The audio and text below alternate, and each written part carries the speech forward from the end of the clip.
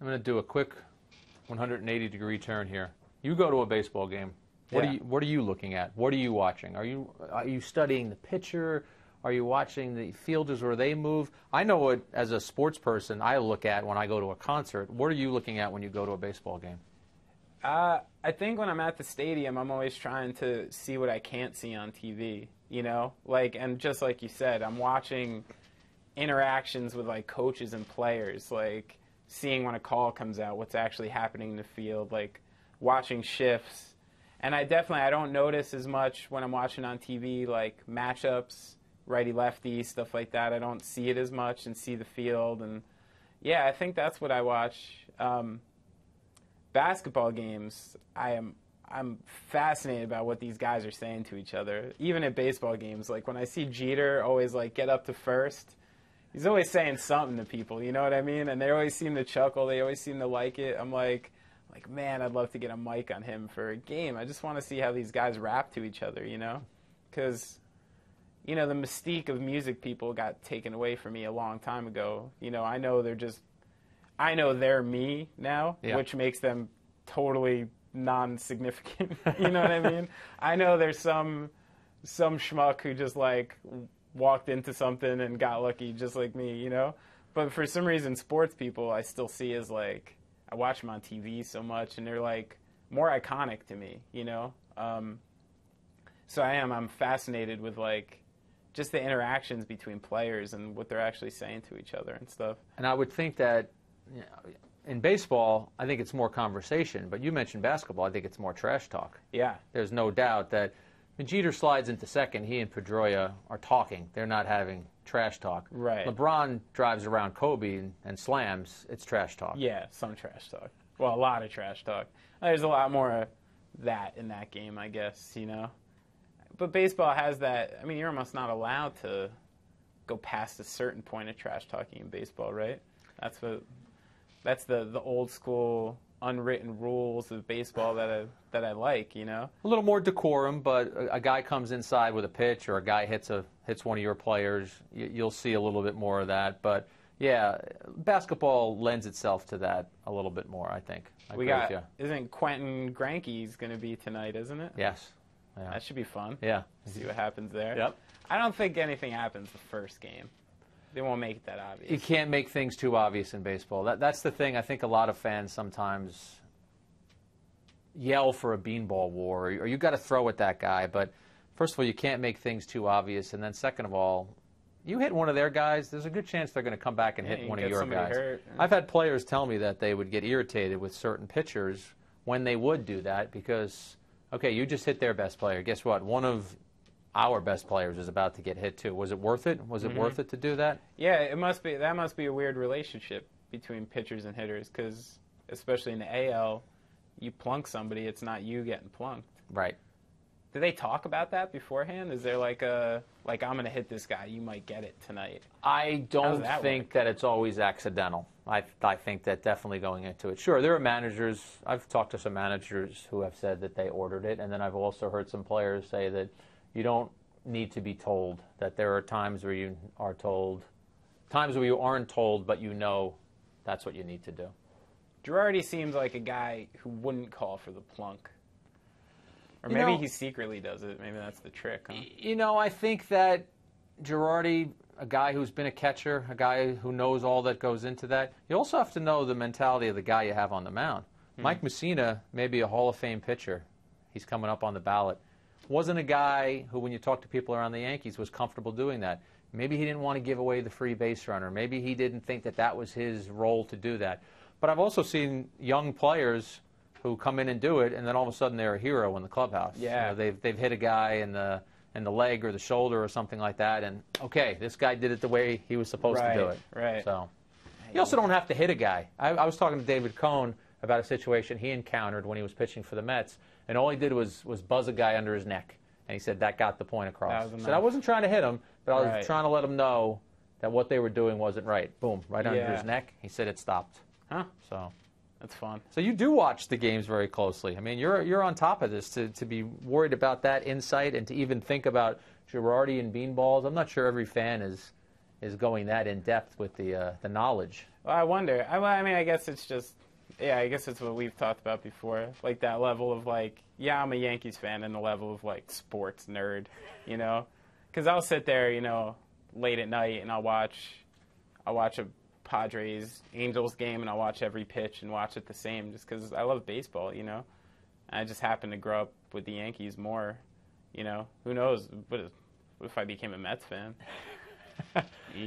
You were a teenager when they win in '96. How much do you remember about that era?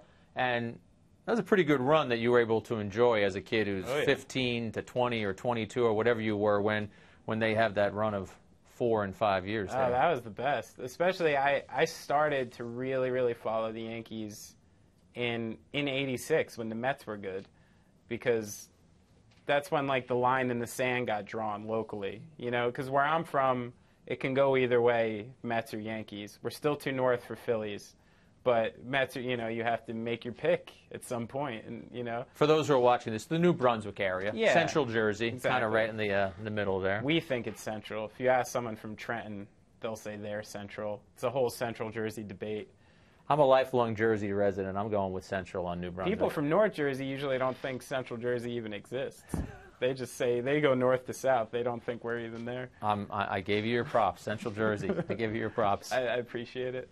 But why the Yankees at such a young age? Did you have somebody in your life who was a Yankee fan? No, it was weird. My dad was not a big baseball fan. The last baseball team he liked was the New York Giants. He was like a big Willie Mays guy, and that was about it for him.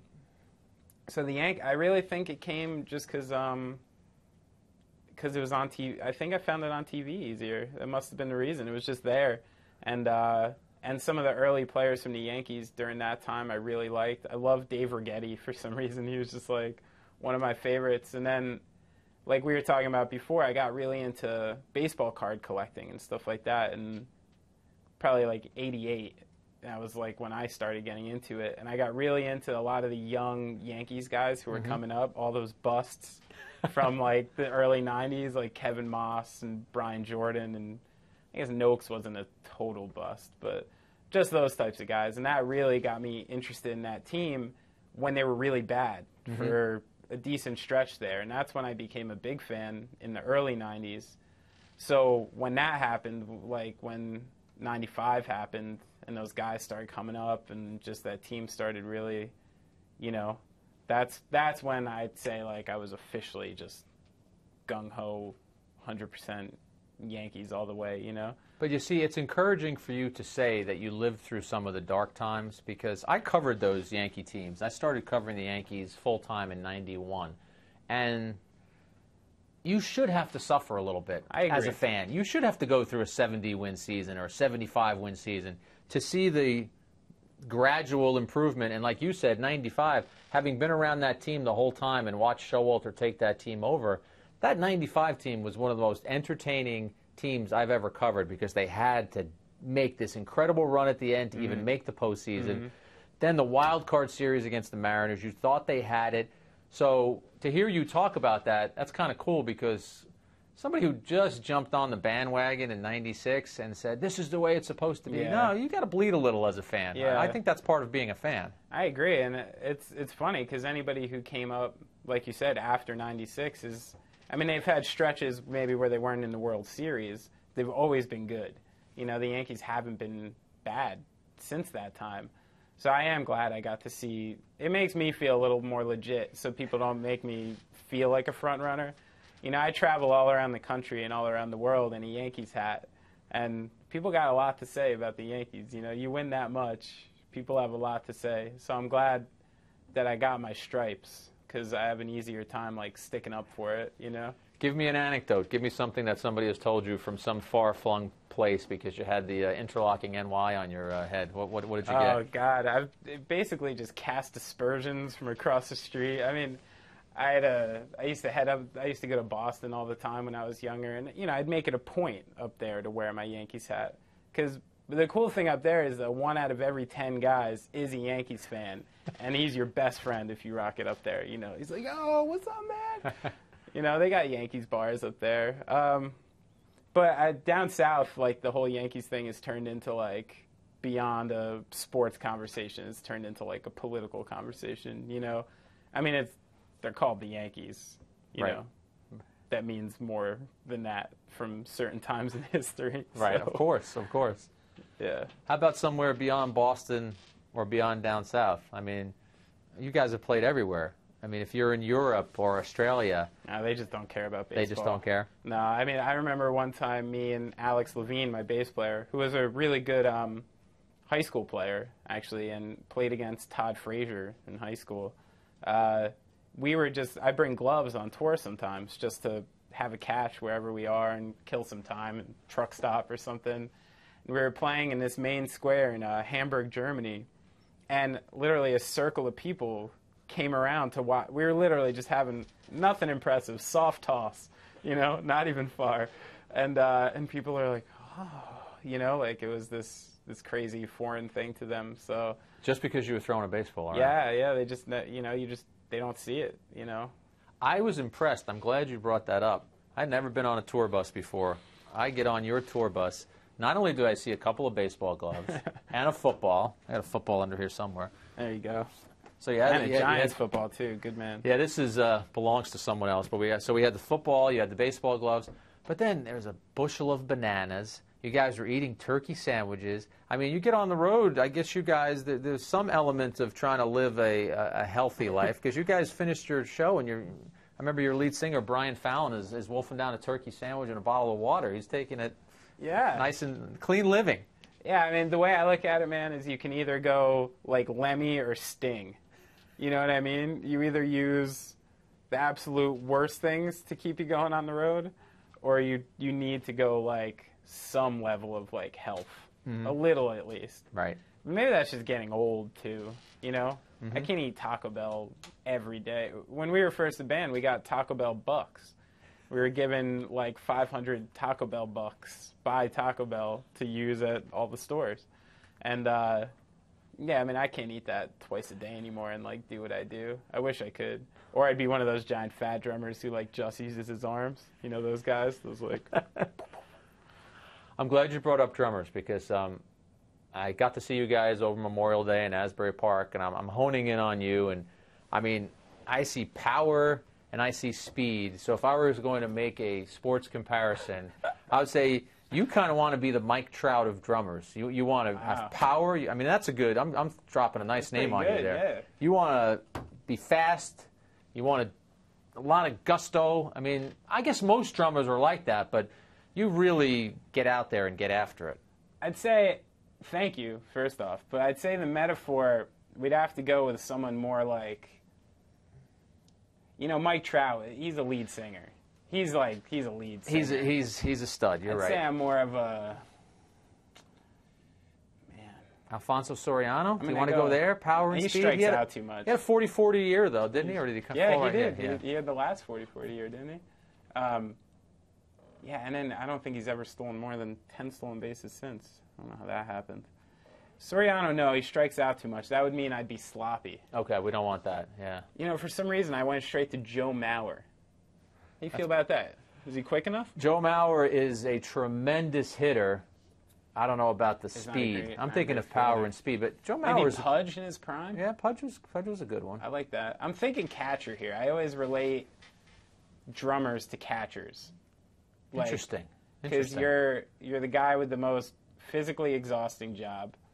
You're the guy who, and this isn't some self-defeating comment, but you get the least acclaim out of most people on the team. When they line up for the album cover, you're probably usually the guy whose head's in the back a little bit. And the catcher is usually like the half-balding, you know, guy with like half a tooth. Like, that's who they usually are. But I feel like the catchers, they're involved in every play, and they have a lot to do with like the whole running of the game, but sort of in more of like an unspoken way. Unless you were a big student of the game, you wouldn't really think about it much. You would just think about Mike Trout, not Chris Iannetta. You know what I mean? So I liken myself more to Chris Iannetta than Mike Trout, if we're going to go that direction. I love the catcher-drummer analogy. I had never really thought about that. I mean, yeah, we're the big men in basketball. We're like Reggie Evans in basketball. We're like, you know, maybe even a dirtier catcher. Who's a straight defensive catcher? Dan Wilson? Yeah, Mike Matheny. Maybe a Matheny. Mike Matheny. I like that. Yeah. But someone who will stand firm in front of the plate if someone's coming in hot. Boy, Dan Wilson, you're really reaching back here. That's impressive. Yeah. I got taken out at the plate in Little League by a girl, and I lost the ball. You were a catcher in Little League too? I was. Yeah. And a girl, I mean, did she bulldoze you or took me out? I didn't think she was going to come with it, and she brought it hard. Jill Amatrani. I'm dropping all these names. I have no idea where these names are coming from. I hope they watch Yes, because that would be fun. How did she decked me? How did you get through the rest of the day, the rest of the week? I mean, you must have been getting a little bit of abuse from your friends on that one. Yeah, I was embarrassed. It was embarrassing. But, I grew up in a very progressive household. The fact that she was a woman didn't play a huge part. She's a better athlete than me anyway, if we're real about it, Now, you said earlier that you sports didn't come easy, but what did you play? So you played Little League. Did you play any other? Basketball was my big sport, and the only one I actually had any that I was pretty good at. Mm-hmm. I can play a little ball. I can still play a little ball. My game these days has turned into I developed this baby hook because I can't jump anymore. So I got a nice little baby hook, kind of a tall, flat-footed sort of game, And you're a Nets season ticket holder. I mean, you followed the Nets from Jersey to Brooklyn. Yeah, I've been a Nets fan a long time. You're telling me you liked Barclays. What did you like about what the Nets did this year?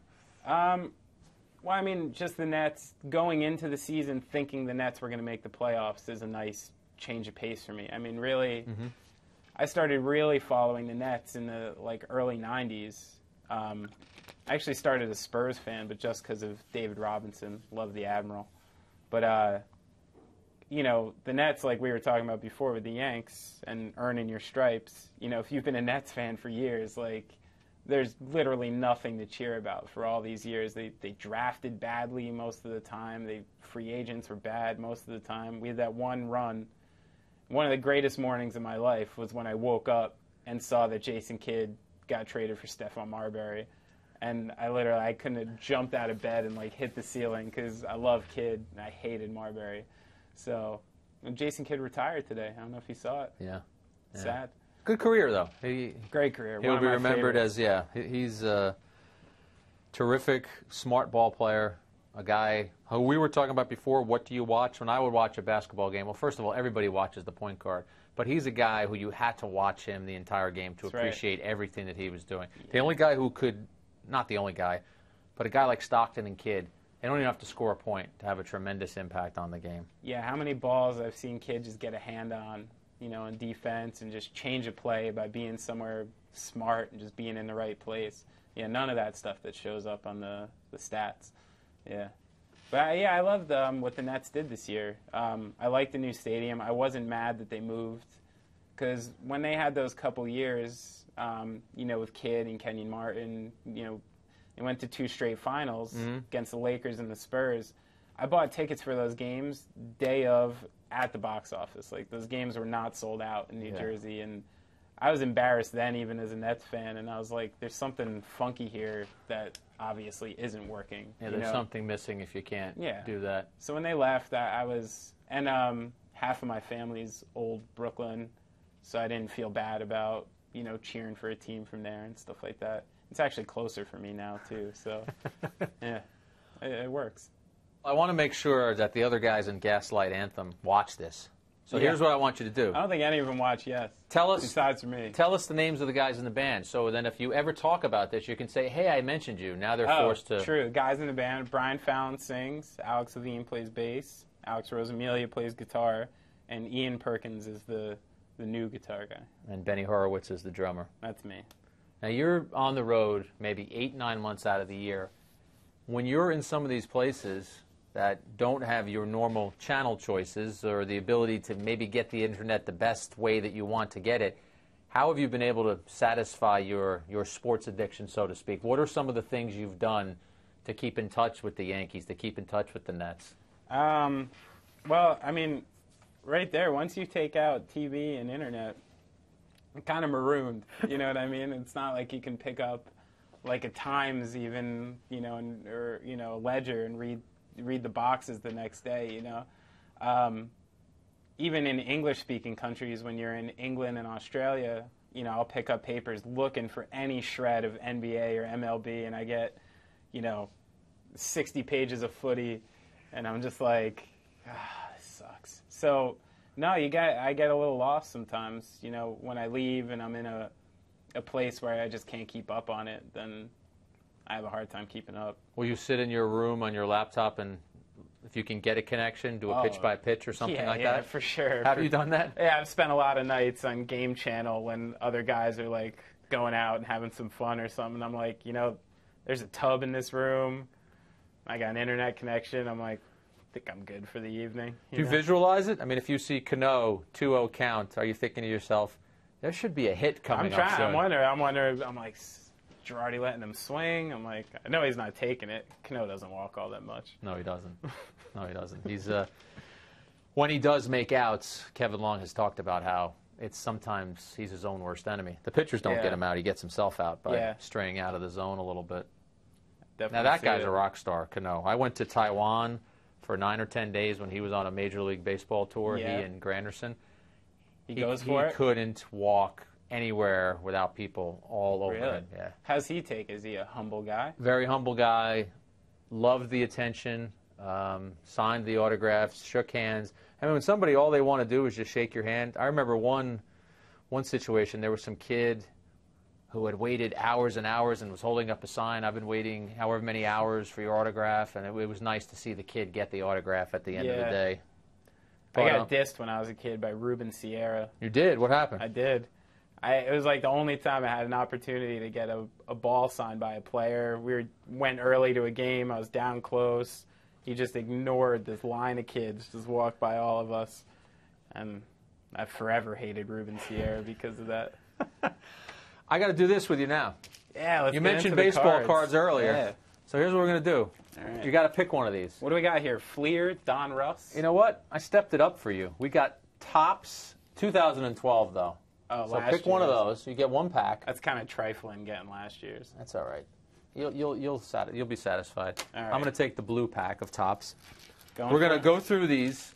Whoever's got the best card gets to keep both packs. And we'll have a little debate on what that best card is. Now, is this best card on sentimental value or I think we're going to go like statistical. Value? Statistical. Right. Who might be a Hall of Fame, a future Hall of Famer or something like that. Because I could get that Beckett guide out if you need it. I'm off to a slow start with Ricky Nolasco. Tommy Hunter first for me. No good. Eric Hosmer. Willie Bloomquist. Oh, this is a nice one. Jason Kipnis. He's a utility guy. Got Cargo.